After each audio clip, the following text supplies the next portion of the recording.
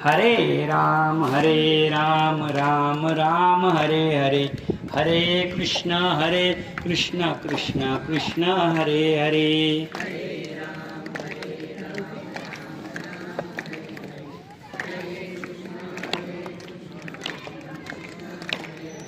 हरे राम राम हरे हरे, हरे कृष्ण कृष्ण कृष्ण हरे हरे।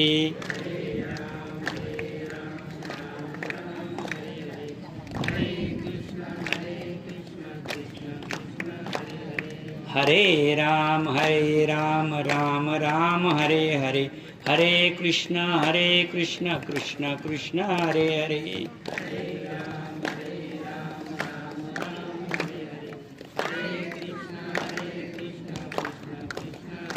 पुंडलिक वरदारी विठ्ठल, श्री ज्ञानदेव तुकाराम, पंढरीनाथ भगवान की जय, माऊली ज्ञानेश्वर महाराज की जय, जगद्गुरु तुकाराम महाराज की जय, अधिक मास भगवान की जय, पुरुषोत्तम मास की जय। वक्रतुंड महाकाय सूर्यकोटि समप्रभ, निर्विघ्नं कुरु मे देवो सर्वकार्येषु सर्वदा। पांडुरंगा करू प्रथम नमन, दुसरे चरण संतांची या, त्यांच्या कृपादाने कथेचा विस्तारू, बाबाजी सद्गुरु दास तुका। काय माझी वाणी मानेन संतांसी, रंजवू चित्तासी आपुलिया, माझी वाणी तुझे वर्णी गुणनाम, ऐसे देई प्रेम काही कळा।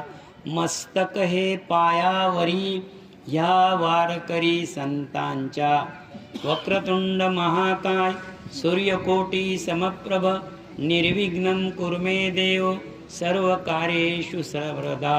श्री गणेशाय नमः। अष्टम अध्यायीचे अंती सुदेवे प्रश्न केला श्रीहरिपती, मम मृतपत्र पुत्र उठावया निरुती, काय कारण मज सांगावे। ते तयाचे ऐकून वचन म्हणे, द्विजा ऐक संपूर्ण, त्वा केले तुझ वाचून अनन्येची नच होय, आणि काय केलेसी विशेष तेही तू जाणत नाहीस, जेने साक्षात ब्रह्मांडेश बहु संतोष पावला। मागील 8वा जो अध्याय आहे त्याच्यामध्ये आपण सुदेव, गौतमी आणि त्यांचा 12 वर्षाचा मुलगा हा प्रसंग आठवलेला आहे। आणि या प्रसंगामध्ये आता सुदेव ब्राह्मणाने प्रश्न विचारलाय। पुन्हा प्रश्न काय विचारलाय, जर माझा मुलगा 12 वर्षानंतर त्याचा अंतकाळ होता, असं जगामध्ये कुठेच झालं नाही, कधीच झालं नाही का मांडीवरचा मेलेला पुत्र उठून बसला, मग ही औचित किंवा हे जगावेगळं घडलं कसं, हा पहिला प्रश्न आहे। मग त्यावर वाल्मिक ऋषी उत्तर देतात, जगामध्ये मुलगा जन्माला येणं आणि मुलगा मरणं हे नवीन नाही, त्याच्यासाठी आक्रोश आईवडिलांनी करणं हेही नवीन नाही। दुसरी गोष्ट, आक्रोश केल्यानंतर भगवंताची कृपा होणं हेही नवीन नाही।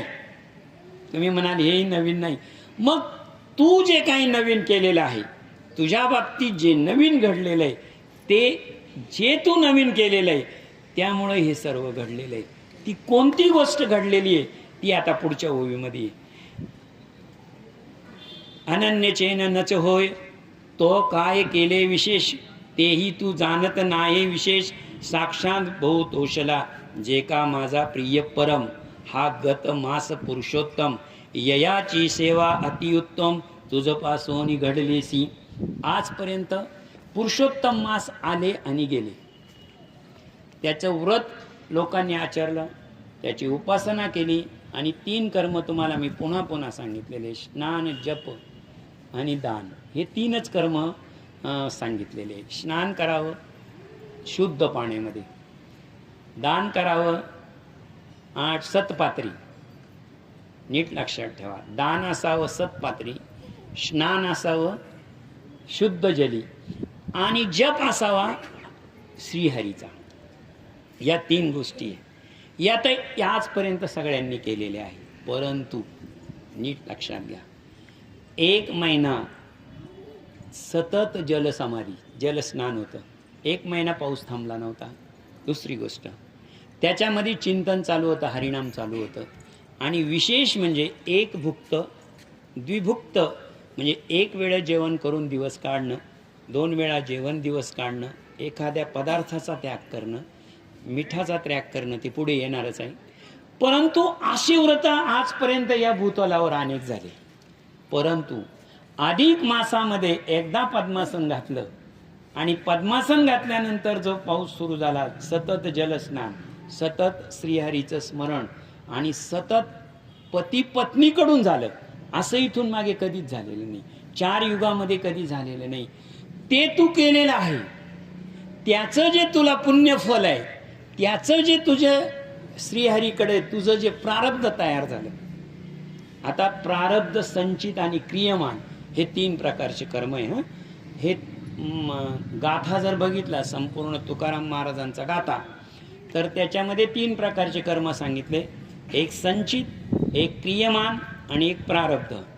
तुम्ही जर एकनाथी भागवत बघितला तर एकनाथी भागवत मध्ये 4 कर्म सांगितलेले: नित्य, नैमित्तिक, काम्य आणि प्रायश्चित्त. 4 कर्म भागवतात सांगितलेले. 3 कर्म जे सांगितलेले आहे ते कर्म गाथ्यामध्ये सांगितलेले. ज्ञानेश्वरीमध्ये कर्माचा विचार करत असताना ज्ञानेश्वरीमध्ये 3 प्रकारचे कर्म सांगितलेले. एक सात्विक कर्म, राजस कर्म आणि तामस कर्म. मुद्दा मला हा सांगायचा इथे प्रारब्ध शब्द आहे. शब्द प्रारब्ध असल्यामुळे आपल्याला गाथ्याचा आधार घ्यावा लागेल. इथं सात्विक शब्द आला असता, नीट लक्षात घ्या, सात्विक शब्द आला असता तर आपल्याला ज्ञानेश्वरीचा आधार घ्यावा लागला असता. आणि इथे जर तुझं प्रायश्चित्त किंवा तुझं काम्य, कर्म, नित्य, नैमित्तिक असे शब्द आले असते तर आपल्याला भागवताचा आधार घ्यावा लागला असता. शब्द इथे प्रारब्ध आहे. आता कर्माची साखळी आहे ती तुम्ही समजून घ्या. क्रियमान कर्म म्हणजे काय, प्रारब्ध म्हणजे काय आणि संचित म्हणजे काय. जळो संचित असा अनेक अभंग आहे. परंतु एक छोटंसं उदाहरण मी तुम्हाला सांगतो. एक साधी गोष्ट सांगतो. आपल्या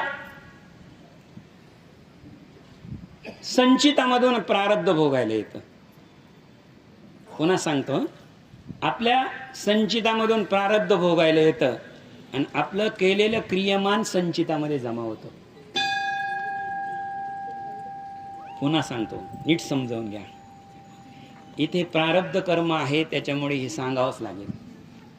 आपलं जे आता क्रियमान कर्म आहे ते जमा कुठे होतं, संचितामध्ये. आणि संचितामधलं आपल्याला प्रारब्धानं भोगायला मिळतं. साधी एक उदाहरणानं सांगतो तुम्हाला. आज तुम्ही कर्म करत आहात.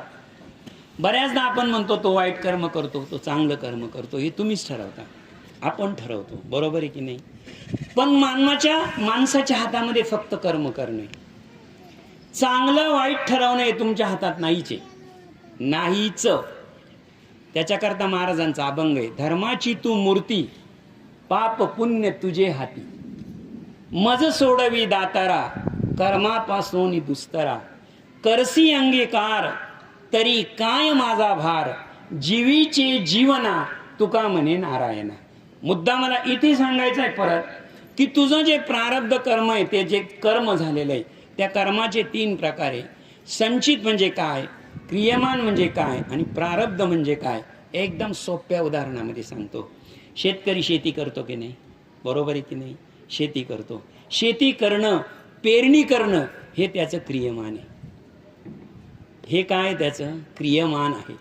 पेरणी करावंच लागते, शेती करावीच लागते. जर शेती केली, जर ते त्यानं नांगरलं, पेरलं, सगळं केलं, ते क्रियमान कर्म. आता क्रियमान कर्मातून त्यानं काय टाकलं, बी, बरोबर आहे की नाही. बी टाकतो. शेतकरी जर त्याच्याकडं धान्य बीज नसेल, पेरणी करू शकतो का, नाही.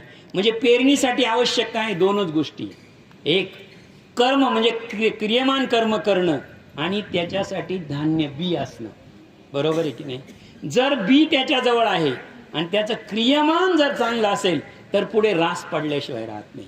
आता लक्षात ठेवा, ती रास जी आहे ती रास कुठे जमा होते? घरात जमा होते.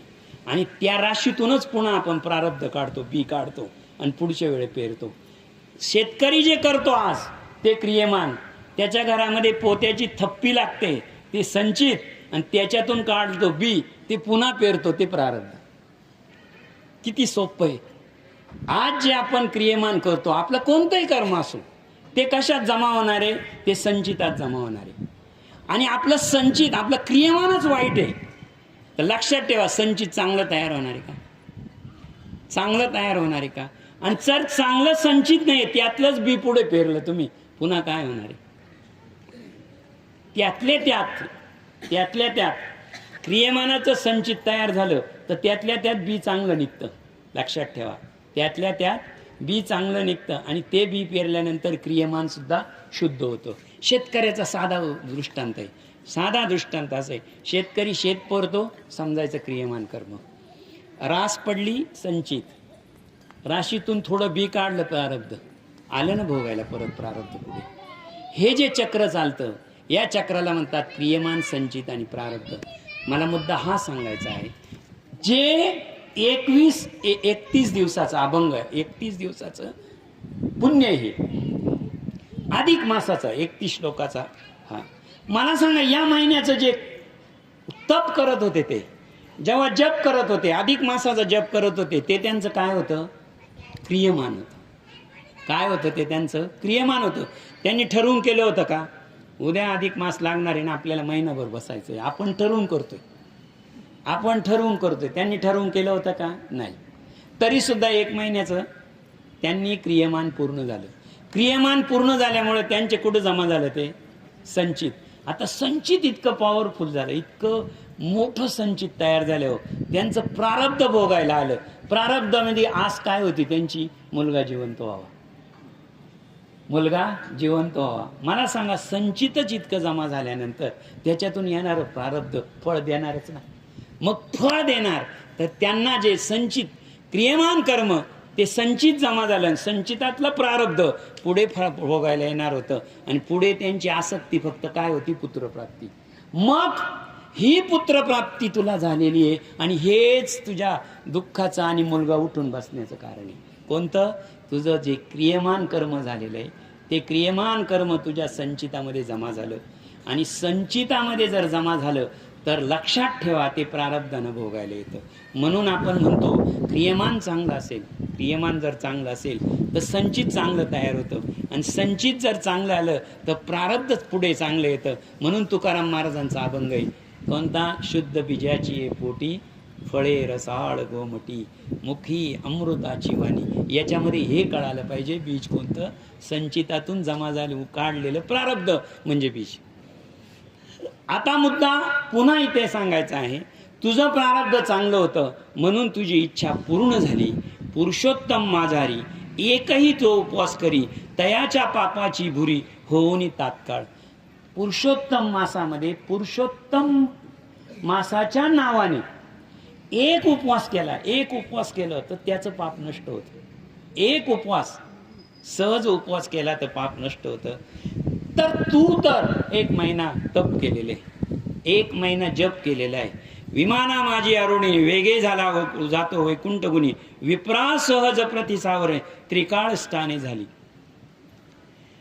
नीट लक्षात घ्या. विमाना माझी अरोडणी, वेगे जातो वैकुंठ भुवनी, विप्रा सहज तुझ पासोनी, अद्भुत करणी घडलेसे. मास मात्र निरंतर, सहज राहिला निराहार, प्रतिसावर त्रिकाळ स्नाने झाली. मी कालच सांगितलं, स्नान हे एकतर 3दाच करावं, नाही तर 1दा करावं. 2दा स्नान नसेल केलं तर सांगून ठेवतो, 2दा स्नान केलं तर काही नाही, काही झोपताना करतात, उठल्यावर करतात, आणि काही झोपताना आंघोळ करतात. बरोबर आहे की नाही? द्विकाल संध्या होती. आपल्या शास्त्रात त्रिकाल संध्या सांगितलेली. मग त्रिकाल संध्या काय? त्रिकाल संध्या ही अशी आहे, मला वाटतं 16व्या अध्यायामध्ये ते पुढच्या येणार आहे आमच्या. त्रिकाल संध्या अशी आहे की कुठून बाहेरून जर आलो आपण, कुठून बाहेरून आलो, आपण जर आपले घोट्याच्या वरती पाणी टाकावं, पाय धुताना घोट्याच्या वरती पाय धुवावं. आपलं जे हात आहे हे हात आहे, हाताचं जे मनगट आहे त्याच्यापासून खाली हात धुवून काढावे.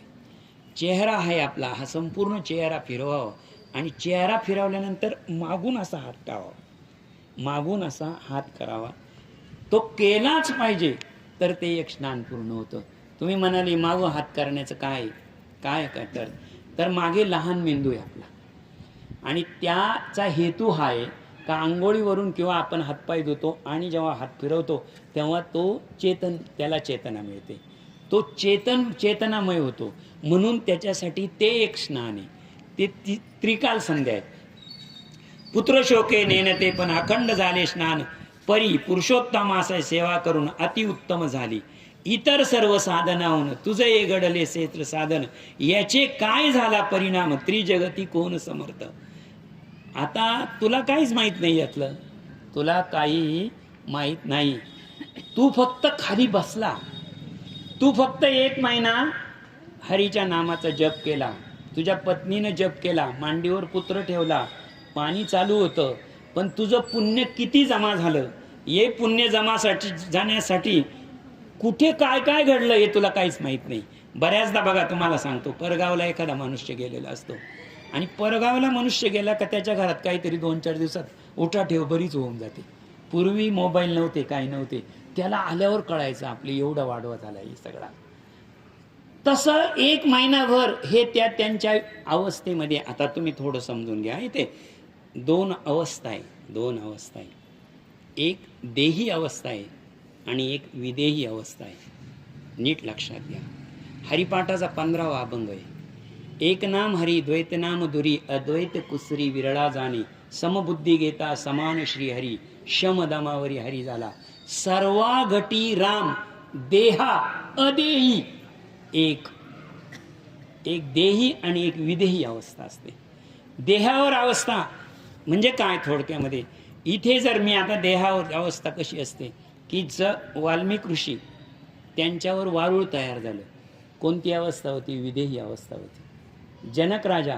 जनक राजाचं उदाहरण सांगितलं जातं. जनक राजाच्या उदाहरणं पुढे जेव्हा याज्ञवल्क्य जेव्हा पाठ सांगत होते तेव्हा ते काय करायचे, सगळे बसले का ते जनक राजा का पाहूनच पाठ सांगायचे, असे जनक राजा का पाहून पाठ सांगायचे. ते बाकीचे साधू बिधू सगळे ते म्हणे हा काय राजा आहे, आपण एवढं तप केलं जप केलं, आपण लंगोटी घेऊन फिरतोय, आपल्या अंगावर वस्त्र नाही, आणि हा याज्ञवल्क्य आपल्याकडे पाहत सुद्धा नाही, सारखं ते जनक राजा का बोट करतात त्याच्याकडेच पाहतात, काय खरं नाही. शेवटी किती मोठा साधू झाला तर पैशा पुढे लाचारच म्हणे. हा साधूंच्या बाकीचा ऐकणाऱ्यांचा. आणि पाठ कोण सांगत होते, पाठ सांगत होते याज्ञवल्क्य ऋषी, आणि ऐकत कोण होतं, जनक राजा, आणि त्याच्या सोबतीला सगळे साधू सगळे. एक दिवस ही कुजबूज कोणाच्या कानावर गेली, याज्ञवल्क्यांच्या कानावर गेली. म्हणजे आज आपण परीक्षा घेऊन पाहू. सगळ्या साधूंना एका बाजूला साधूंची सेवेसाठी साधूंना एक मोठा असं साधुग्राम, मोठ्या खोलीमध्ये साधुग्राम ठेवलेलं होतं. साधुग्राम ठेवलं आणि साधुग्राम ठेवल्यानंतर तिथं साधूंची राहण्याची व्यवस्था, खाण्याची व्यवस्था, पिणे सगळी काही व्यवस्था होती, व्यवस्था. आणि जनक राजा जिथे पाठ घेत होते तिथं अशा पाठावर बसले होते सगळे. आणि पाठावर बसल्यानंतर त्या याज्ञवल्क्यांनी मायावी केलं आणि त्यांनी ते तिथे आजूबाजूला अग्नी तयार केला. आता सगळीकडे पेटायला लागल्याबरोबर तो अग्नी हळूहळू त्या साधुग्रामाकडे जायला लागला. साधुग्रामाकडे जेव्हा अग्नी जायला लागले, सगळे साधू उठले आणि त्या ग्रामाकडे पळायला लागले. सांगा यांच्या लंगोट्या छाट्या सोडून काय होतं त्याच्यामध्ये, आणि ते राजानंच दिलेलं होतं, बरोबर आहे की नाही. ते तिकडं पळायला लागले. याज्ञवल्क्यांचा पाठ चालू होता, जनक राजा समोर ऐकत होते. अग्नी जवळ आला, जनक राजाची मांडीचा पितांबर पेटला, परंतु जनक राजा पाठ देऊन ऐकत होते, कान देऊन ऐकत होते. जनक राजा याज्ञवल्क्य बोलत होते. क्षणार्धामध्ये मायावी अग्नी केला. परत जिथल्या तिथं ते राहिलं आणि सगळं राहिलं. परत सगळे साधू येऊन बसले. साधू येऊन बसल्यानंतर साधूंना उत्तर द्यायची काही गरज राहिली नाही. ज्याची विदेही अवस्था झालेली असते, विदेही अवस्था झालेली असते, त्या विदेही अवस्थेमध्ये झालेलं स्मरण, विधेयी अवस्थेमध्ये झालेलं चिंतन, विधेयी अवस्थेमध्ये केलेलं नामचिंतन हे देही अवस्थेच्या कितीतरी पटीनं असतं. लक्षात ठेवा. इथे जी अवस्था होती त्या दोघां नवरा बायकोंची कोणती अवस्था होती? विदेही अवस्था होती. देहावर ते नव्हते. सदा नामघोष करू हरी कथा, तेने होय चित्ता समाधान, सर्व सुख ल्यालो सर्व अलंकार, आनंदे निर्भय डुलतसे. तुका म्हणे ऐसे देईन मी दिव्य. लक्षात ठेव, देहीची विदेही बहुदशा. या देहामध्येच विदेही दशा भोगू. मला सांगा, माऊली सांगतात सर्वागटी राम देहा देही एक. जो विदेही अवस्थेमध्ये गेला तोही तेच नाम घेतो आणि देही अवस्थेमध्ये राहतो तोही तेच नाम घेतो. प्रश्न फक्त नामाच्या नामात ताकद आहेच, परंतु ते कोणत्या अवस्थेत घेतलं त्याच्यावर फार आहे. तर यांनी त्या विदेही अवस्थेमध्ये ते नाम घेतलेलं आहे आणि त्या विदेही अवस्थेत नाम घेतल्यानंतर त्या साधनाचं पुण्य किती आता पुढच्या ओळीमध्ये. इतर साधनाहून तुझं जे घडले श्रेष्ठ साधन, त्याचे कराया परिणाम त्रिजगती नाही. पुरुषोत्तमाच्या सेवनापरी श्रेष्ठ नाहीच जग भरी भरी. साधने देव सर्व देवासमक्ष तुळेनी तुळी पाहता साचार. आता यांचं जे पुण्य तुला माहीतच नाही म्हणे वरती काय घडलंय. यांचा अधिक मास पूर्ण झाला आणि अधिक मास पूर्ण झाल्यावर यांचा संवाद कोणाबरोबर चालला होता? पुरुषोत्तम मास भगवंताबरोबर. आणि पुरुषोत्तम मासाची जमिनीवर नव्हते आली, ते वरती होते. म्हणे वर पाहून हे बोलत होते. यांचा संवाद चालू होता, गौतमीचा संवाद चालू होता, तेव्हा नजर कुठे होती? वरती होती. आणि खाली नजर आली तर पोरगही यांच्याकडे पाहत होतं. म्हणजे हे कोणाकडे पाहत होते? हे पुरुषोत्तमाकडे पाहत होते आणि पोरग या दोघांकडे पाहत होतं. मला एक सांगा, मृत्यूचा काल आणि त्याच्या जिवंत होण्याचा काल हा किती आहे? 1 महिना आहे. बरोबर आहे की नाही? 1 महिना. त्यांनी सांगितलं तू जे हे केलं त्याची वरती फार घडामोड झालेली आहे. हा पोरगा उठून बसल्यानंतर प्रत्येक देवानी आक्षेप घेतलेला आहे. प्रत्येक देवानी आक्षेप घेतल्यावरती इंद्राच्या दरबारामध्ये हे कसं काय घडवलं? उद्या कोणी तपाला बसल, मांडीवर पोरग घेऊन बसल आणि 1 महिना झाला का उठव पोरग. हा रिवाज होईल ना खाली? हा रिवाज होईल का नाही खाली? मग आता इथून पुढे ही रिवाज पडेल ना. देवांचं वरती भांडण लागलं. ब्रह्मदेवानी सांगितलं तुम्ही भांडत राहा. आता आपण काय करू म्हणे, 1 महिना कोणी पुण्य, आता आपण तुळा करू. तुळा ब्रह्मदेवाना तुळा करायचं ठरवलं. आता तुळा तर तुम्हाला माहिती आहे, आपण कधी त्र्यंबक बाबा भक्तांची आपण केली होती. इथे शिन्नरमध्ये तुळा झाली होती. काहींची पुस्तकाची तुळा. म्हणजे तुळा कशी करायची? एका बाजूला त्याला बसवायचं, एका बाजूला त्या माणसाला बसवायचं आणि त्याच्या वजनाची साखर, त्याच्या वजनाचं गुळ, काय गोड पदार्थ जो असेल तो, अशी तुळा करायची. म्हणजे काय? त्याचा काटावरती गेला पाहिजे आणि ज्याची तुळा झाली तो खाली आला पाहिजे आणि जेवढा तो पदार्थ राहील त्याचं दान करून टाकायचं. त्याला म्हणायची तुळा. आता एक करू म्हणे ब्रह्मदेव म्हणे, आपण असं करू, तुमचा वाद मिटवण्यासाठी तुम्ही तुमचे जेवढे व्रत आहे, जेवढे व्रत म्हणजे कोणतंही व्रत असेल या भूतलावरचं, तेवढ्या व्रताचं पुण्य एकत्र करा. काटा आणला आणि इकडं पुरुषोत्तम मासाला बसवलं. ब्रह्मदेवाची तुळा केलेली आहे पुरुषोत्तम मासाची. आणि मग 16 सोमवारचं व्रत आणलं असेल, टाकलं त्याचं. तुमचं काय एकादशी आहे द्या टाकून. सगळ्या देवांना सांगितलं तुमचे जेवढे व्रत आहे तेवढ्याचं टाका. सगळे देव थकले, सगळे व्रत टाकले. अहो पुरुषोत्तमाचा काटाच हालेना. पुरुषोत्तमाचा काटा हालेना. त्या दोघांनी केलेलं पुण्य पुरुषोत्तम मासामध्ये तुळा आहे बरं का. नीट लक्षात घ्या, तुळा. तुमच्या शंकेचं उत्तर देणारे मी. म्हणून देवांनी काय शंका केली होती, ऋषी मुनींनी काय शंका केली होती? उद्या कोणीही महिनाभर पोरग घेऊन मांडीवर बसेल आणि त्याची जबाबदारी राहील का त्याला उठवायचं. इथे ब्रह्मदेव उत्तर देतो काय? हा काल सापेक्ष पुण्य नाहीये. हे काल सापेक्ष नाही. हे काल सापेक्ष नाहीये. हे कोणतं सापेक्ष आहे? हे काल सापेक्ष नाही, हे व्रत सापेक्ष नाही, तपसापेक्ष नाही, हे तपश्चर्या सापेक्ष पुण्य आहे. तेवढी आणि तशी तपश्चर्या घडली तरच हे होईल, अन्यथा होणार नाही.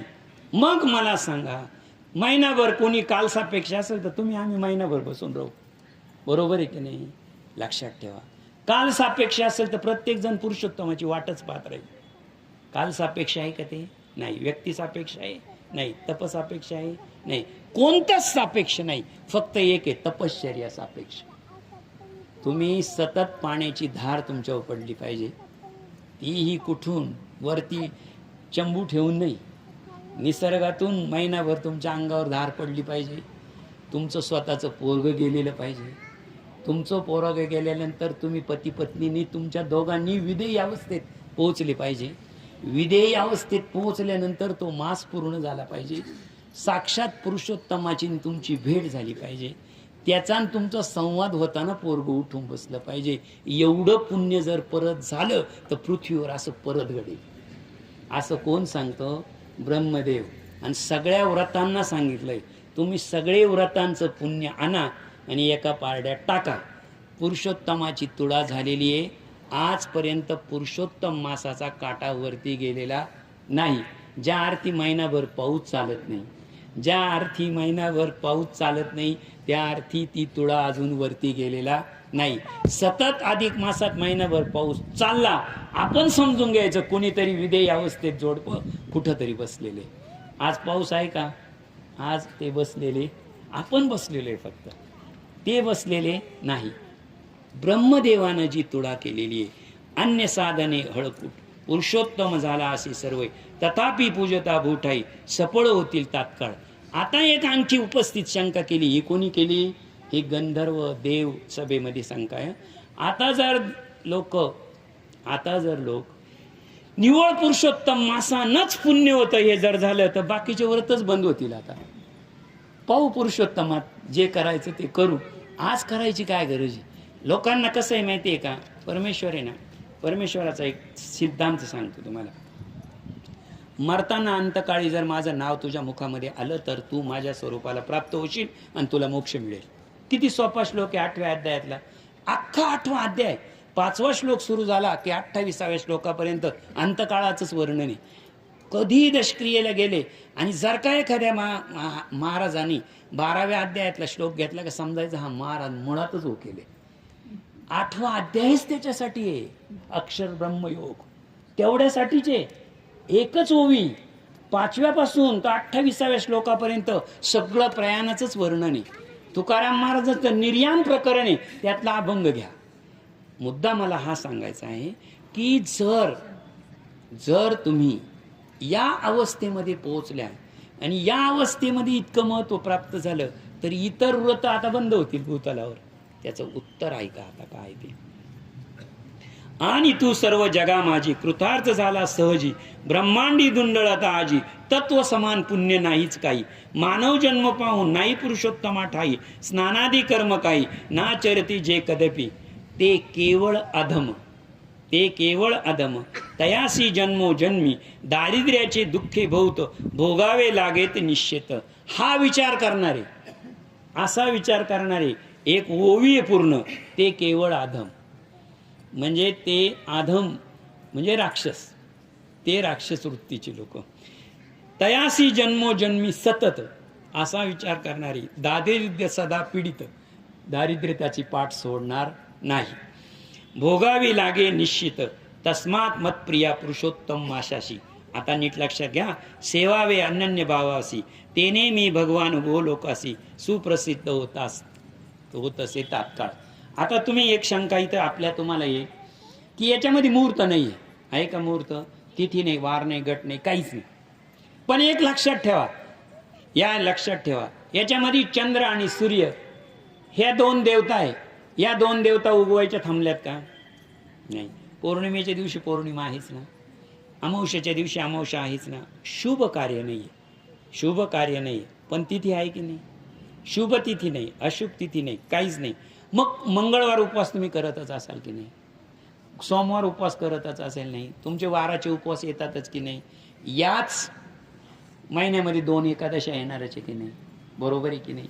2 एकादशी येणारे, वाराचे उपवास येणारे, सगळं काही येणारे.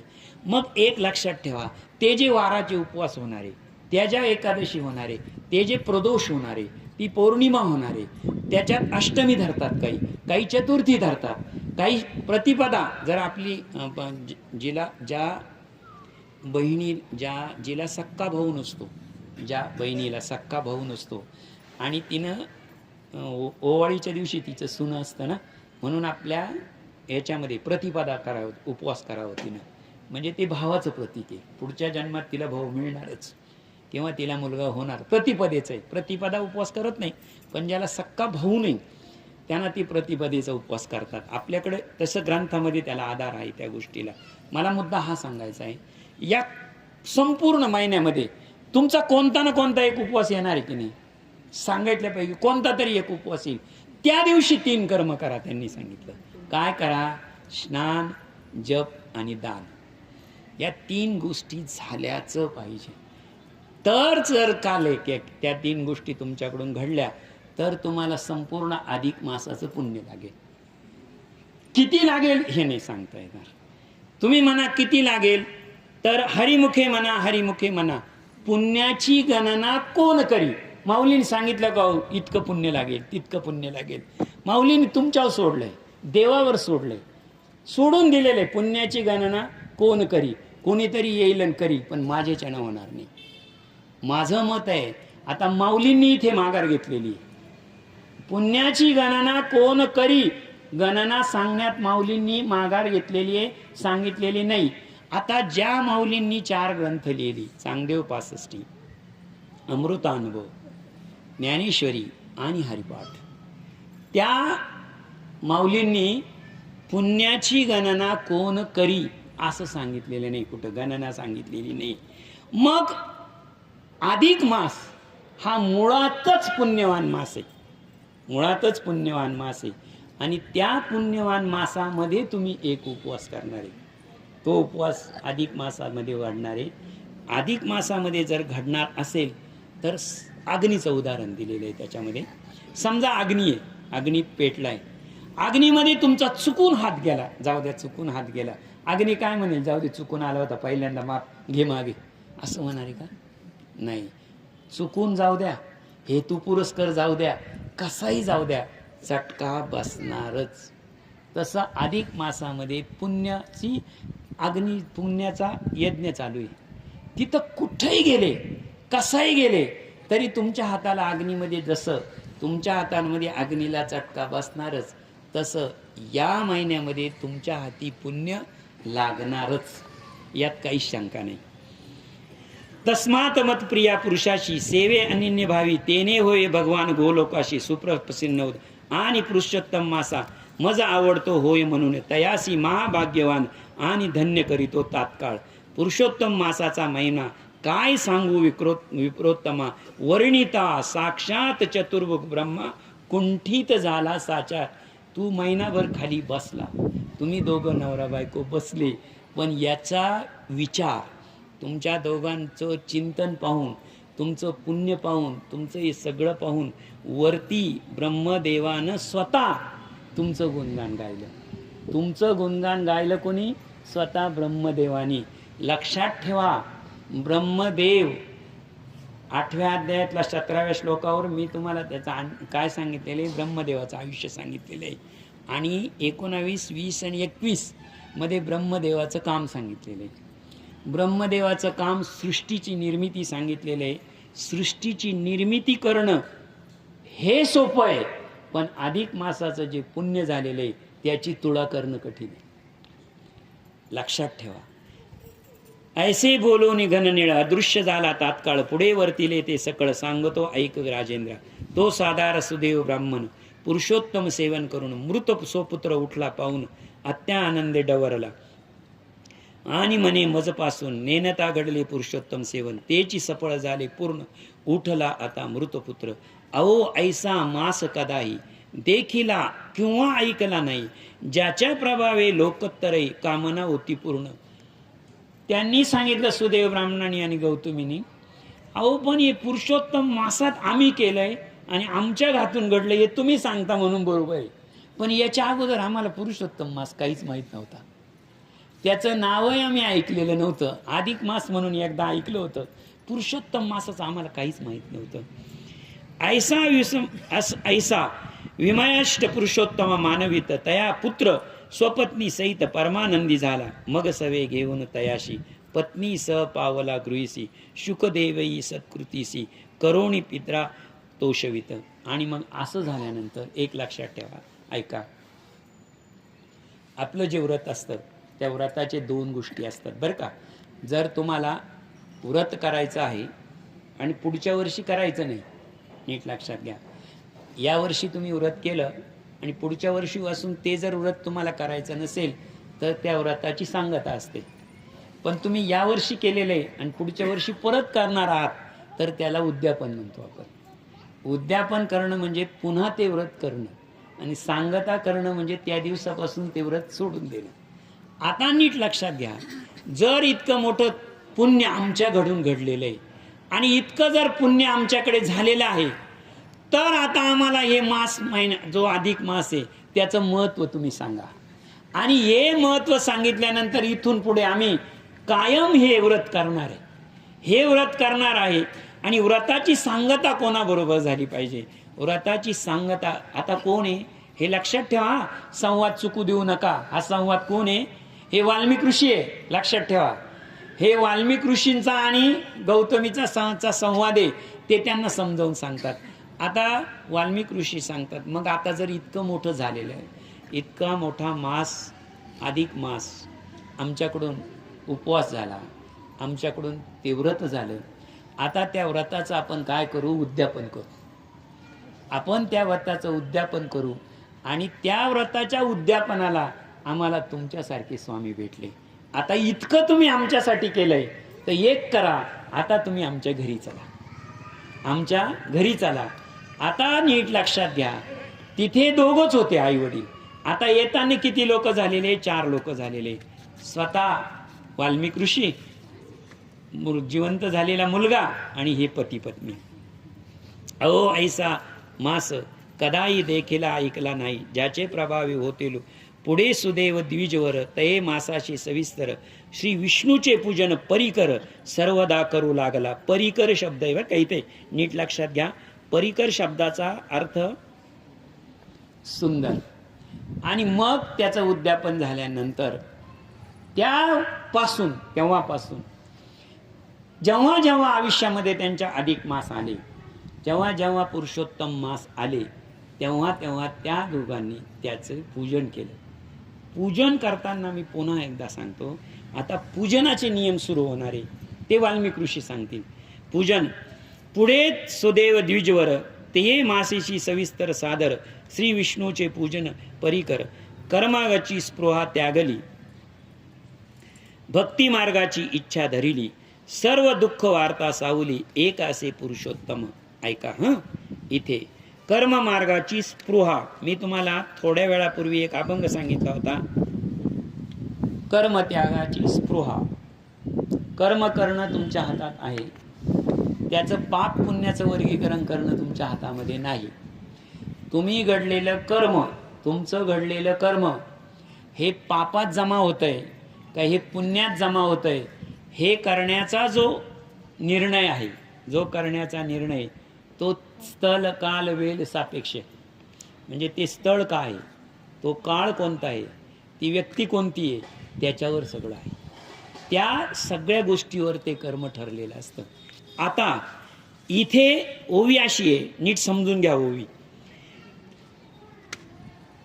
कर्म मार्गाची स्पृहा, स्पृहा म्हणजे इच्छा, स्पृहा म्हणजे इच्छा. आता इच्छा असते ना तर 2 पदानं इच्छा तयार होते बरं का, नीट लक्षात घ्या. इच्छा 2 पदानं तयार होते, एक परस्मय पद आणि अहम पद किंवा आपस्पद म्हणतो आपण. परस्मय पद म्हणजे दुसऱ्यामुळे इच्छा निर्माण झाली आणि स्वतःहून इच्छा निर्माण होणं. एक साधं व्यवहारातलं उदाहरण सांगतो मी तुम्हाला. व्यवहारातलं उदाहरण कसं असतं, संशय सुद्धा 2 प्रकारचाच सांगितलेला आहे शास्त्रामध्ये. एक परस्मय पद आणि स्वपद. स्वतःच्या मनात तयार झालेला संशय आणि दुसऱ्याने कान भरले म्हणून तयार झालेला संशय. इच्छाही तशीच आहे. पहिल्यांदा हे समजावून घ्या, कोणत्याही गोष्टीचं कार्यकारण भाव दोन प्रकारे असतो, एक परस्मयी आणि अपस्मयी. अपस्मयी म्हणजे स्वतःहून तयार केलेला आणि परस्मयी म्हणजे दुसऱ्यामुळे तयार झालेला.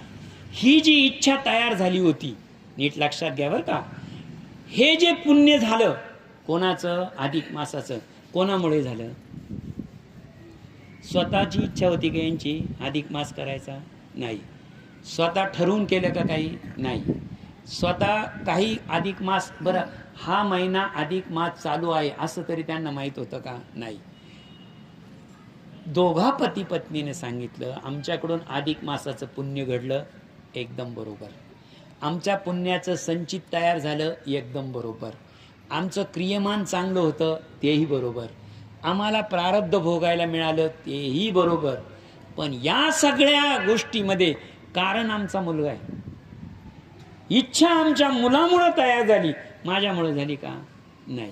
मग जर आमच्यामुळे ती इच्छा तयार झालेली नाही, आम्हाला मनापासून आमच्या शुद्ध आत्म्यातून ते तप केलेलं नाही, इच्छा धरून केलेलं आहे का नाही, मग आता जे पुढचं तप करायचंय आम्हाला ते इच्छा त्यागून करायचंय. नीट लक्षात ठेवा. इच्छा होती, ते इच्छा होती मुलगा जिवंत व्हावा, इच्छा होतीच मुलगा हवा. पहिलं कर्म केलं मुलगा व्हावा म्हणून, आणि दुसऱ्यांदा केलं ते मेलेला मुलगा जिवंत व्हावा म्हणून. आणि आता जे तिसरं तप आम्ही करणार आहे ते कोणतं तप करणार आहे तर आमच्या इच्छेनं करणार आहे. स्वयंस्पृहा म्हटलेले. स्वयं म्हणजे स्वतःची, स्पृहा म्हणजे इच्छा. स्वतःच्या इच्छेनं आम्ही पुढचं व्रत करणार आहे. ऐसा भाव धरुणी मनात प्रतिपुरुषोत्तम मासात जप होमादी सत्कर्म सतत हरीशी बसता झाला. तेने येते सहस्र वर्षे सर्व भोगोनी भोग हर्षे अंती साधार दिव्य वर्षे वैकुंठापाशी पावला.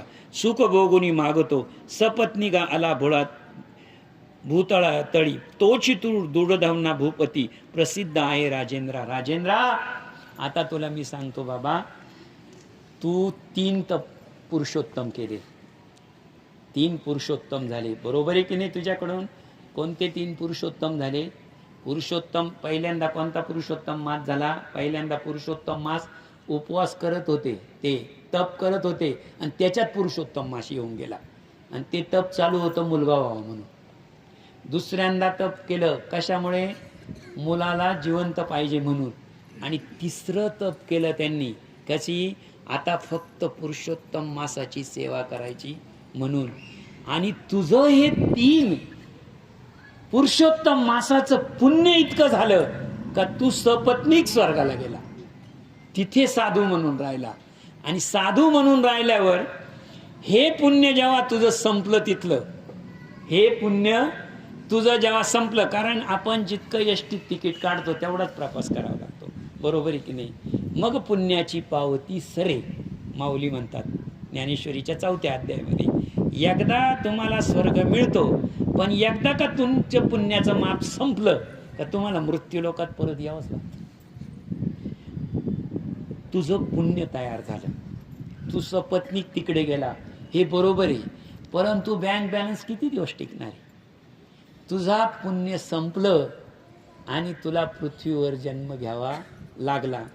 आणि तुला जन्म घ्यावा लागला आणि तू जो खाली जन्माला आला तोच तू राजा दृढधन्वा.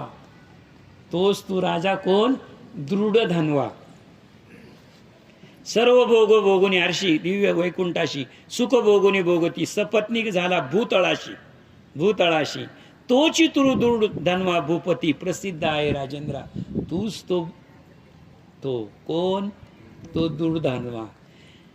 पुरुषोत्तमाच्या सेवनासी सर्व समृद्धी झालासी. पूर्वीची ती तुझी म्हशी गौतमी महाप्रतिवर्ता. आणि तीच पुढे काय? तीच तुझी बायको सुशीला. तीच या जन्मात ती तुझी प्रतिव्रता बायको. ते दोघे तुम्ही परत एकत्र आले, तुम्हाला परत 4 मुलं. पुढचं तीची ती गुणसुंदरी तुझी राणी झाली. पूर्वीजन्मीचा जो सूत, पूर्वीजन्मीचा, नीट लक्षात ठेवा, तुझा मुलगा, पूर्वजन्मीचा तुझा मुलगा. इथे समजावून घ्या, सुदेव ब्राह्मण हा मनुष्य जातीचा, बरोबर आहे की नाही?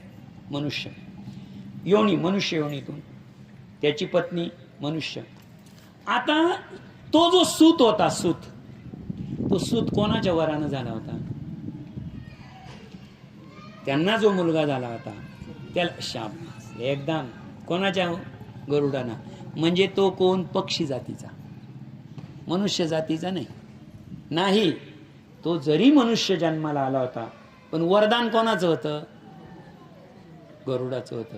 पुढचा जन्म त्याला पक्षी जातीतच मिळाला नाही, तोच झाला पोपट, तुझा मुलगा. पुढचा जन्म त्याला काय माणसाचा नाही मिळणार का? वरदान पक्षाचं होतं. गरुड हा पक्षी आहे. जर गरुड हा पक्षी आहे, गरुड हा जर पक्षी आहे, तर त्याच्या वरदानानं झाला होता, तर त्यांच्याच जातीत तुला जन्म येणार. मग पुरुषोत्तम प्रभावाने जिवंत झाला असते हरीने 12 वर्षे भोगोनी या पृथ्वीवर अंती पावला वैकुंठ प्रती. तोच सुखदेव अरण्यात सरोवरी तटी सांप्रत शुकरूपी बैसला, तोच तुझा मुलगा या जन्मात, जो 12 वर्षांनी गरुडाच्या याने झाला होता. त्याचं 12 वर्ष आयुष्य होतं.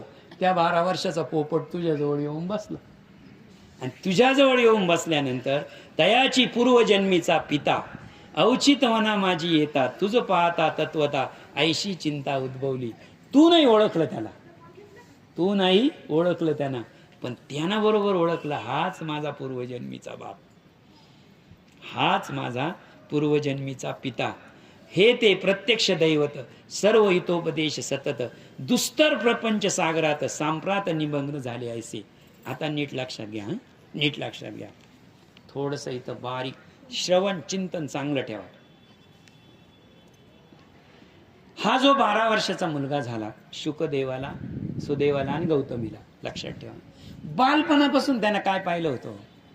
जन्माला आला तसा तप, व्रत, आचरण आणि पती पत्नीची साधना, याच्या पलीकडे काही पाहिलं होतं का? नाही. म्हणजे त्यांना जो बाप पाहिला होता मागच्या जन्मामध्ये, तो एक साधू, तो एक साधू पुण्यात्मा पाहिला होता. आणि ह्या जन्मात हा राजा सगळे भोग भोगतोय.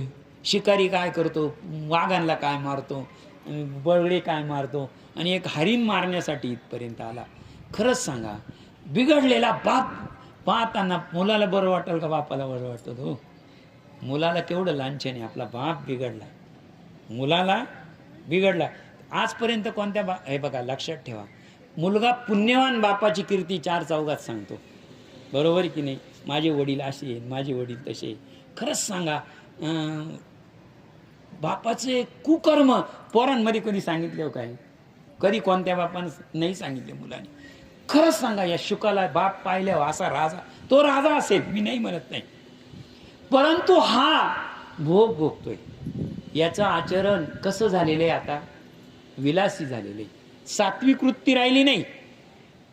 पूर्वी जे वडील पाहिले त्यांनी, सुदेव हेच, ते अत्यंत सात्विक वृत्तीचे होते.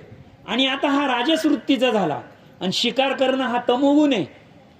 शिकार करणं हा काय? तमोगुण आहे. राजस गुण आहे का? नाही. पक्ष्यांना दाणे टाकणं हा सात्विक गुण आहे, पण त्याच पक्षाला शिकार करणं, मारून टाकणं हा तमोगुण आहे. म्हणजे सात्विक पिता होते त्याचे कधी? मागच्या जन्मात. आणि या जन्मामध्ये तो राजस गुण उपभोगतो, तमोगुण उपभोगतो. हे त्याला बरं वाटेल का त्या मुलाला? नाही. यातील दुर्धर विषय व्याळ, यासी खंडित सर्व डंकीच सर्व काळ, तेने हा होऊन वेकळ पत्नी पडला निश्चय.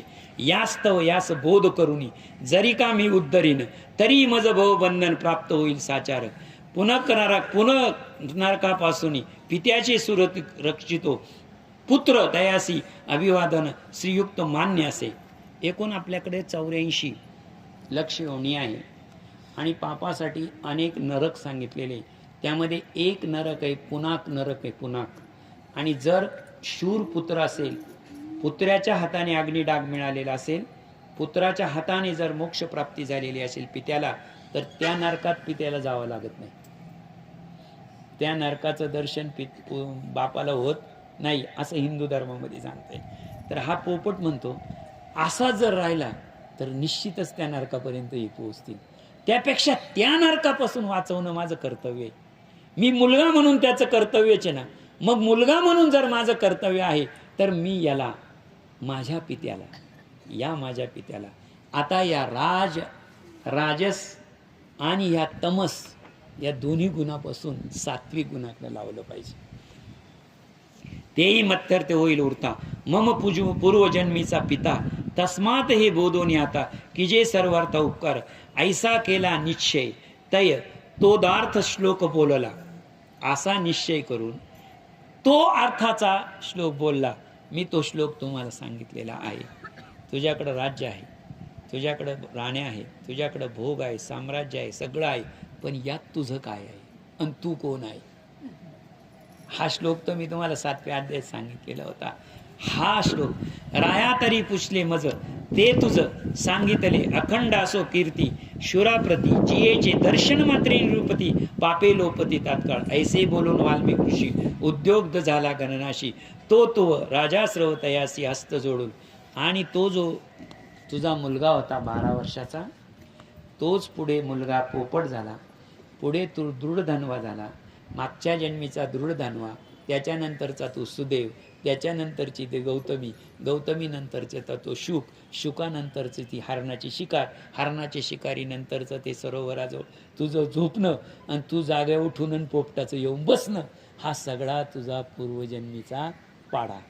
असा सर्व सांगून वाल्मिक ऋषी काय म्हणे, हो ऋषीवर्य आपण पुरुषोत्तम नामा पाहून जो कथीला मास म्हणून तयासी कैसे सेवावे, कशी पूजा करावी, कोणती कामे कधी करावी, कोणती व्रते आचरावी, विधी कैसा तयाचा.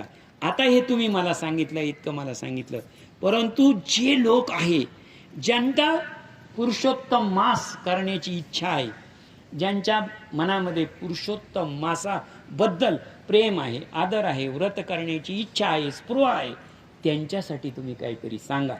त्यांच्यासाठी काय तर त्यांनी सांगितलं म्हणे, कशी कोणाची पूजा करावी, कोणती दाने, हे सर्व परोपकार्थ विवरून या सांगा मजप्रत भावदृश्य मुनी महंत लोक इतार्थ संजय.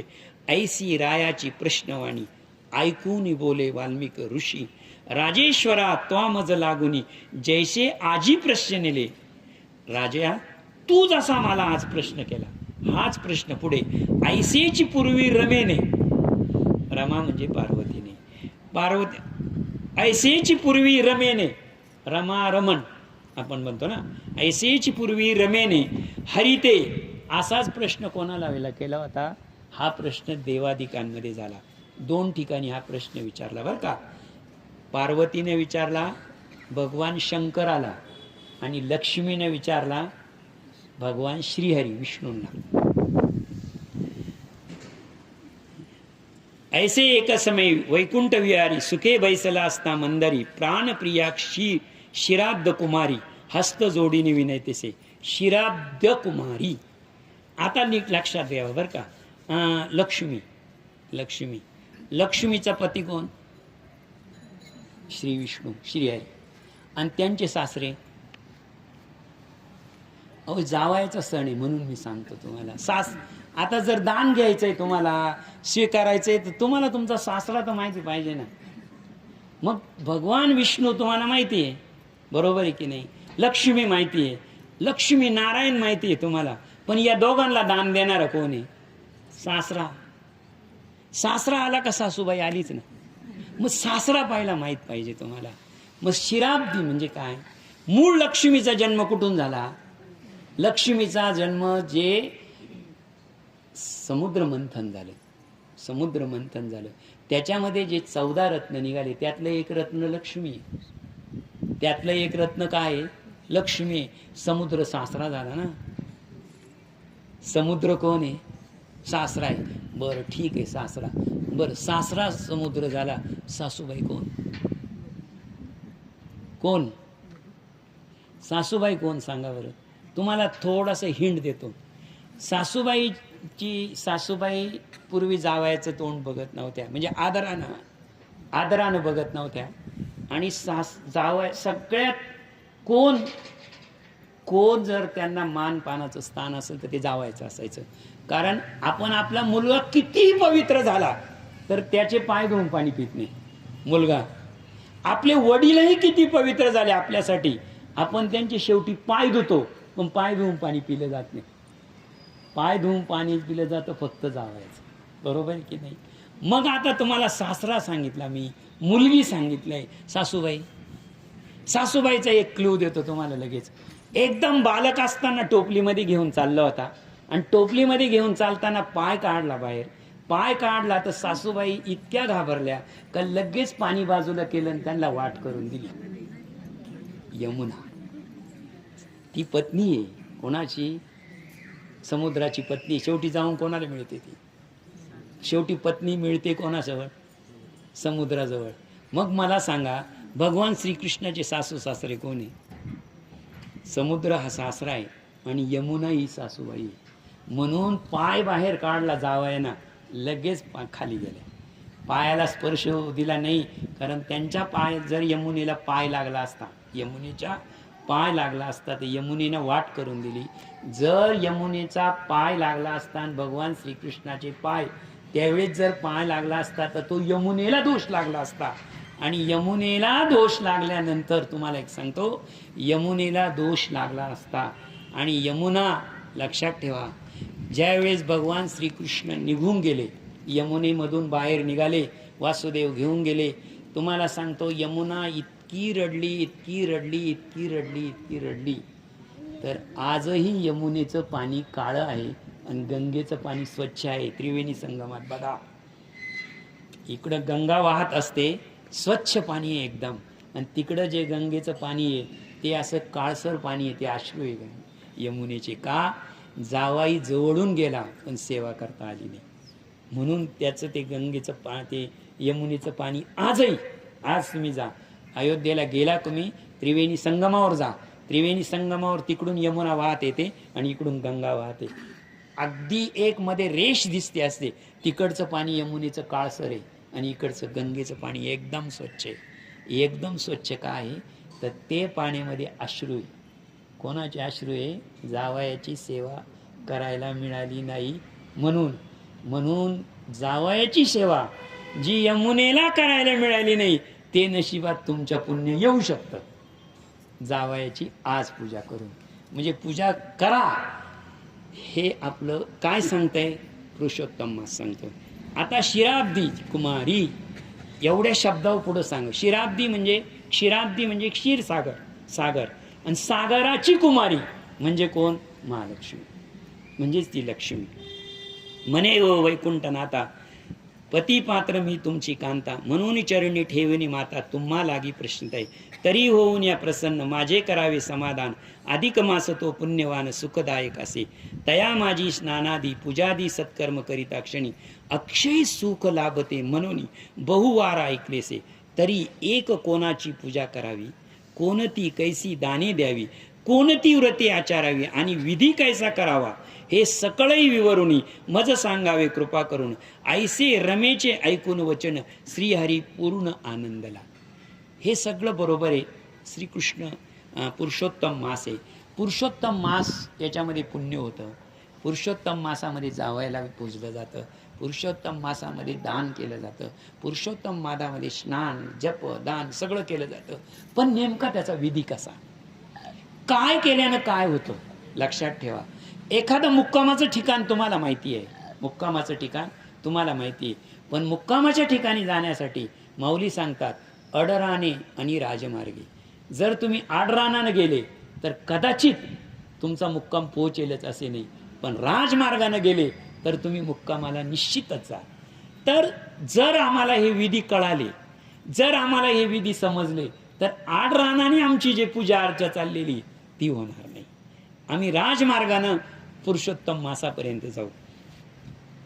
आणि म्हणे हे प्रिय कमळे, तुवा केले उत्तम प्रश्न माझे, तरी याचे उत्तर सांगतो ऐक सावध.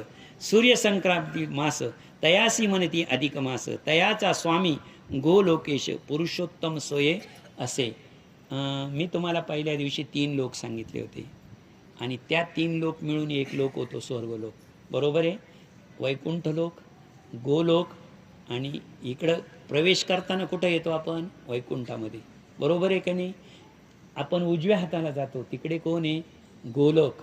मध्ये दिव्य ज्योती, आणि इकडे जातो आपण तेव्हा कैलास, आणि सगळ्याची प्रदक्षिणा करतो तो म्हणजे स्वर्ग. पांडुरंगाचं मंदिर डोळ्यासमोर आणा. प्रवेशद्वार वैकुंठ आहे. आपण उजव्या हाताला वळतो तिथे एक द्वार आहे, गोलोक. त्याच्यानंतर पांडुरंगाचं दर्शन, दिव्य ज्योत, तेजी. त्याच्यानंतर इकडे गेले कैलास, आणि वामांगी घुसले की तिकडे रुक्मिणी. मंदिराला प्रदक्षिणा मारली तोच स्वर्ग. कुठे राहण आहे पुरुषोत्तम मासाचं? गोलोकामध्ये. म्हणून त्या मासी अनुदिनी पुरुषोत्तम मासी स्नान दाप 4च कर्म सांगितले. पुन्हा सांगतो मी तुम्हाला. स्नान, दान, जप, तर्पण, देवार्चन आचरावी, तया लागून भूषयन एक जती. आता कोणतंही व्रत एक करा तुम्ही, कोणतंही. असं नाही की हे नाहीये ते नाहीये. किती शास्त्रानं पर्याय. आणि शास्त्र म्हणजे काय? शास्त्र म्हणजे काय तर तुम्हाला सांगतो. 24वा श्लोक आहे 12व्या अध्यायातला. तस्मात शास्त्र प्रमाणम ते कार्याकार्य व्यवस्थितो. शास्त्र हे शेवटी प्रमाण असतं, आणि ते कार्य व्यवस्थितो. कार्य व्यवस्थित म्हणजे तुमचं कार्य शुभ होण्यासाठी किंवा तुमचं कार्य अशुभ होण्यासाठी जर तुम्ही शास्त्रात चूक केली तर तुमचं कार्य शुभ कार्य का अशुभ कार्य, कार्यावर काहीच नसतं. त्या शास्त्रानं जे सांगितलं ते नाही केलं तर त्यात ते घडत असतं. पाचारुणे हस्तपाद पक्षी ते आचमन घ्यावे. आता मी एक एक सांगतो, तुम्ही ते कराल. कुणी केलं तरी. प्रथम प्रातःकाळी उठून शौच मार्जवणी करुणी दंतदवन स्नान आचरावे यथाविधी. सकाळी उठल्यानंतर नीट लक्षात घ्या, कुठेही स्पर्श करू नये. आपण सकाळी उठतो लगेच कुठे येतो? आपण स्वयंपाकघरामध्ये येतो. कुठेही सकाळी उठल्यानंतर पहिलं स्नानादी कर्म पूर्ण करावं. या महिन्यात तरी स्नानादी पूर्ण कर्म झालं का तुमचं एक कर्म पूर्ण झालं. स्नानादी कर्म काय सांगितलेलं आहे त्यांनी? भूशयनी. तुम्ही जमिनीवर झोपा. जमिनीवर झोपणं हे सुद्धा व्रत आहे. प्रथम स्नान करणं हे सुद्धा व्रत आहे. मग शुद्ध वस्त्र नेसुनी, वस्त्र शुद्ध नेसुनी सुचिरभूत गृही येऊनी अनन्य कथालाप सोडून हस्तपाद प्रक्षाळीजे. कधीही या महिन्यामध्ये तरी इतकं पथ्य पाळा की तुम्ही तुमचं जिथं स्वयंपाक शिजवला जातो सकाळी उठल्यानंतर तिथे जाऊ नका. सकाळी उठल्यानंतर या मासात तरी कधी जाऊ नका. पहिलं तुम्ही स्नान सुचिरभूत व्हा. सुचिरभूत गेल्यानंतर, कारण कसं आहे, एकाच खोलीमध्ये 10 बाय 10च्या खोलीत राहणारी लोक आहेत. यांची व्यवस्था बेडरूम वेगळं आणि हे वेगळं असं नाहीये. आज तरी तुम्हाला रूम आहे, आज तरी तुम्ही खोलीत राहता. सगळे आश्रम उघड्यावरच होते ना. आश्रम कुठं होते? आश्रम तर उघड्यावरच होते ना. जेवढे परंपरा गुरु आपण गुरुकुल म्हणतो, गुरुकुल कुठं होते? वृक्षाखाली, झाडाखाली वर्ग भरत होते. नीट लक्षात घ्या. बरोबर आहे की नाही? हा ग्रंथ ज्यावेळेस सांगितला गेला, हा ग्रंथ ज्यावेळेस लिहिला गेला, या ग्रंथाचं चिंतन झालं तेव्हा बेडरूम होते का? 10 बाय 10ची खोली तरी होती का? नाही, आश्रम होते. आणि आश्रम म्हणजे काय? आश्रम म्हणजे झाडाखाली संसार मांडलेला असायचा. नीट लक्षात घ्या. ज्यावेळेस आपण रामायणामध्ये असा उल्लेख आलेला आहे, रामायणामध्ये असा उल्लेख आलेला आहे, ज्यावेळेस हे राम वनवासाला निघाले होते तेव्हा वनवासाला निघाल्यानंतर विश्वामित्रांना हरिश्चंद्र राजाचे त्यांची उदाहरणं ह्याचे अंगावरचे वस्त्रसुद्धा ठेवले नव्हते. अंगावरचे वस्त्र ठेवले नव्हते.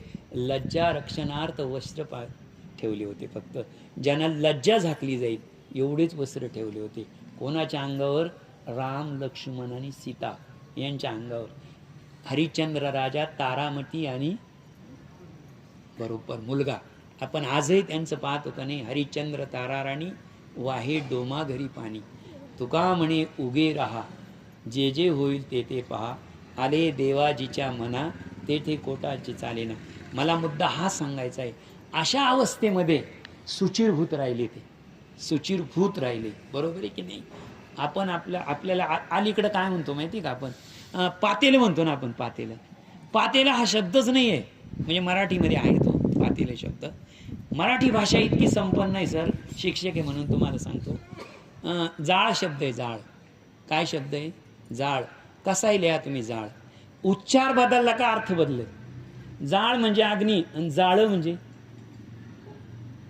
म्हणजे मासं पकडतो ते. मला सांगा बरं, जाळ आणि जाळ वेगळा लिहून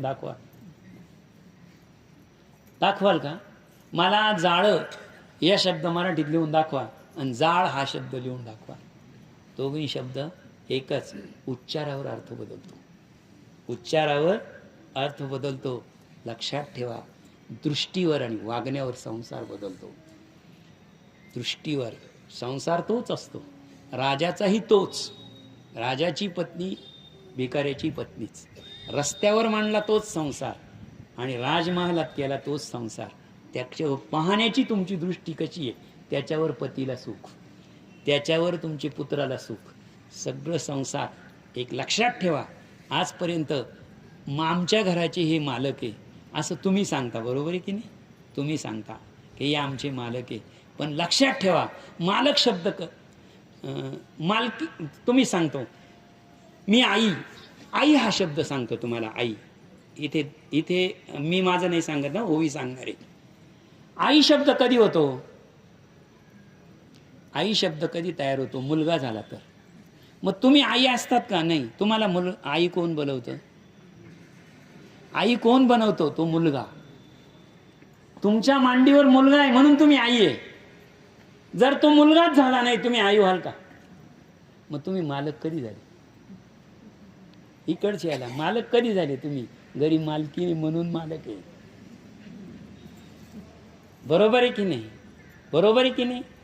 खरं सांगा, तुम्ही मुलाला जन्म दिला का मुलाने तुम्हाला जन्म दिला? हो, आता अवघडच होऊन बसलं ना.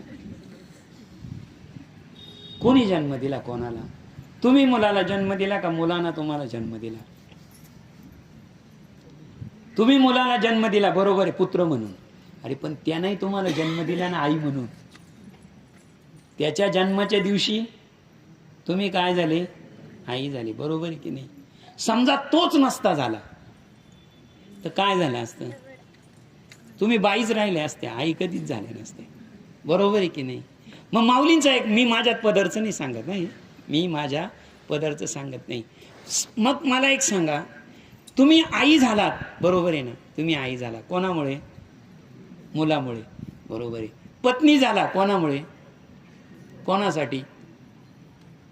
कोणासाठी? त्या मुलासाठीच ना. मुलासाठीच झाले का नाही? जर तुम्हाला मुलगाच हवा नव्हता तर लग्नच कशाला केलं मग? अहो एवढं सांगितलं ना मी, मग ते तर सगळं वाया जाईल. मग माऊलींचा अभंग सांगतो, मग शब्द वा. पती जन्मला माझे उदरी, मी झाली तयाची नवरी. पती जन्मला माझे उदरी, मी झाले तयाची नवरी. पतिव्रता धर्म पाहावो माझा, सर्वतोपरी पती भोगी हो जोजा. मला मुद्दा इथे सांगायचा आहे की ती मालकीन आहे, ती घरात आहे म्हणून तू बाप आहे, ती घरात आहे म्हणून तू मुलगा आहे, आणि ती घरात आहे म्हणून तू मालक आहे. ती घरात नसेल तर हे तिन्ही फेल आहे. मग अलिप्त होऊन शुद्ध स्थळ, पूजार्थ कल्पिले ते निर्मळ. चतुश्र किंवा वर्तुळ, गोमाये मंडळ करून तयावरी अष्टदळ. तांडुलपत भोवती बरुणे रंग अनेक, सुशुभित किची. एक लक्षात ठेवा, प्रवेशद्वाराजवळ प्रवेशद्वार सुशोभित करणं हे सुद्धा व्रत आहे. प्रवेशद्वारामध्ये म्हणजे आपल्या घरामध्ये सडा मार्जन करणं हे सुद्धा व्रत आहे. हे सगळेच नाही, पुढे एक ओवी आहे सांगतो. त्यावरी यथाशक्ती सुवर्ण रजत ताम्र आणि मृण नूतन. हे बघा, देव असेल, तुम्ही पुरुषोत्तम मासाची भगवंताची मूर्ती मांडलेली आहे आणि त्या मूर्तीची पूजा केलेली आहे. त्याच्या पुढे काय काय ठेवायचंय? सुवर्ण. तुम्ही सोनं ठेवलं नाही. यथाशक्ती सुवर्ण, सोनं नाही ठेवता आलं. रजत, चांदी नाही ठेवता आलं. ताम्र, तांब नाही ठेवता आलं. नयन, निदान तुमच्या दृष्टीनं त्याला चांगलं पाहता येईल, दृष्टीनं चांगलं पाहून प्रेम भरून नमस्कार करता येईल ना, तेवढा केला तरी पूर्ण झालं.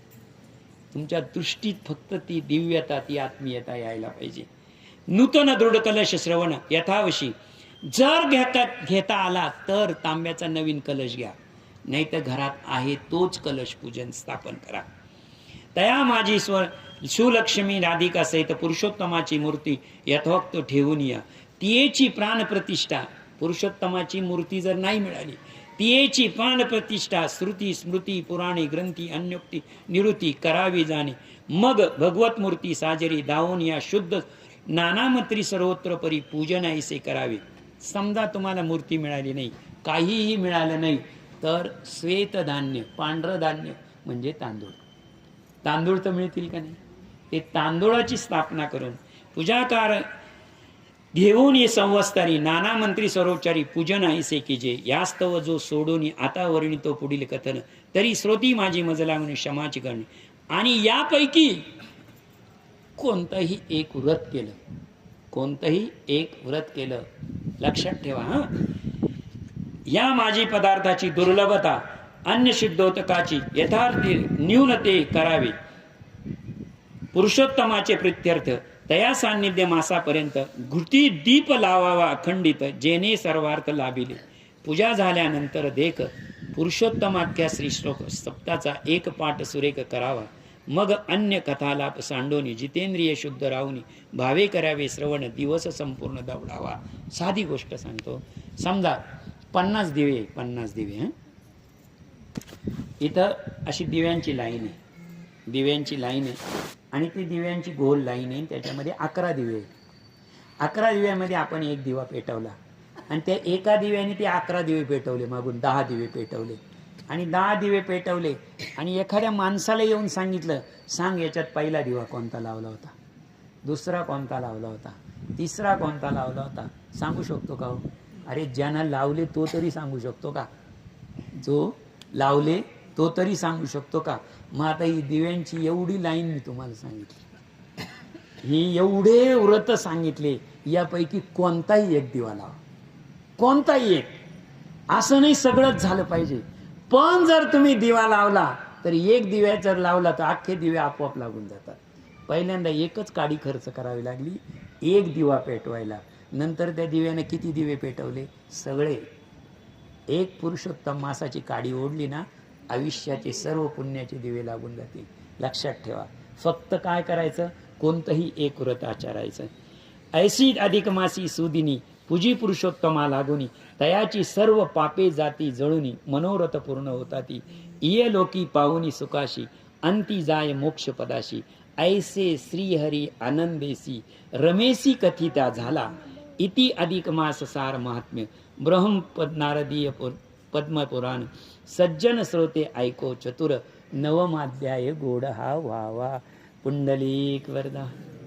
श्री ज्ञानदेव तुकाराम पंढरीनाथ भगवान की जय. माऊली ज्ञानेश्वर महाराज की जय. पुरुषोत्तम भगवान की जय. अधिक मास भगवान की जय. विठ्ठल विठ्ठल विठ्ठल.